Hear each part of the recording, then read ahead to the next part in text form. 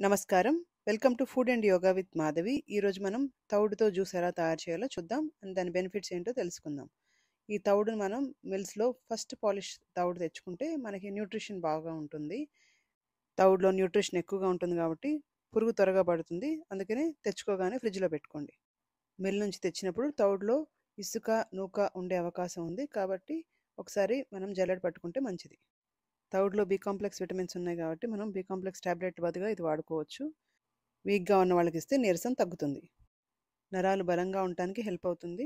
Riboflavin ఉంది కాబట్టి నోటిపూతను బాగా తగ్గిస్తుంది. కాన్‌స్టిపేషన్‌ని కూడా తగ్గించడానికి హెల్ప్ అవుతుంది. నిద్ర కూడా చాలా బాగా పడుతుంది.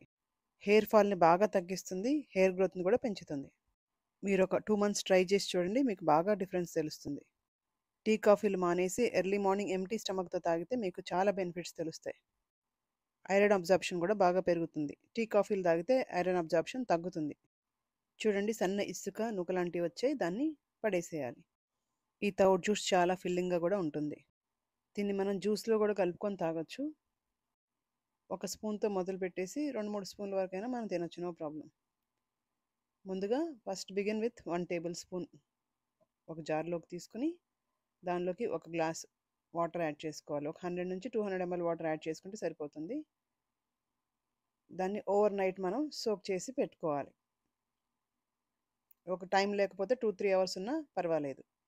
ఈ వాటర్‌లోకి మనం ఆ పౌడర్ ఏసినప్పుడు న్యూట్రిషన్ బి కాంప్లెక్స్ మొత్తం కూడా వాటర్ సాల్యుబుల్ కాబట్టి ఆ వాటర్‌లోకి వచ్చేస్తుంది.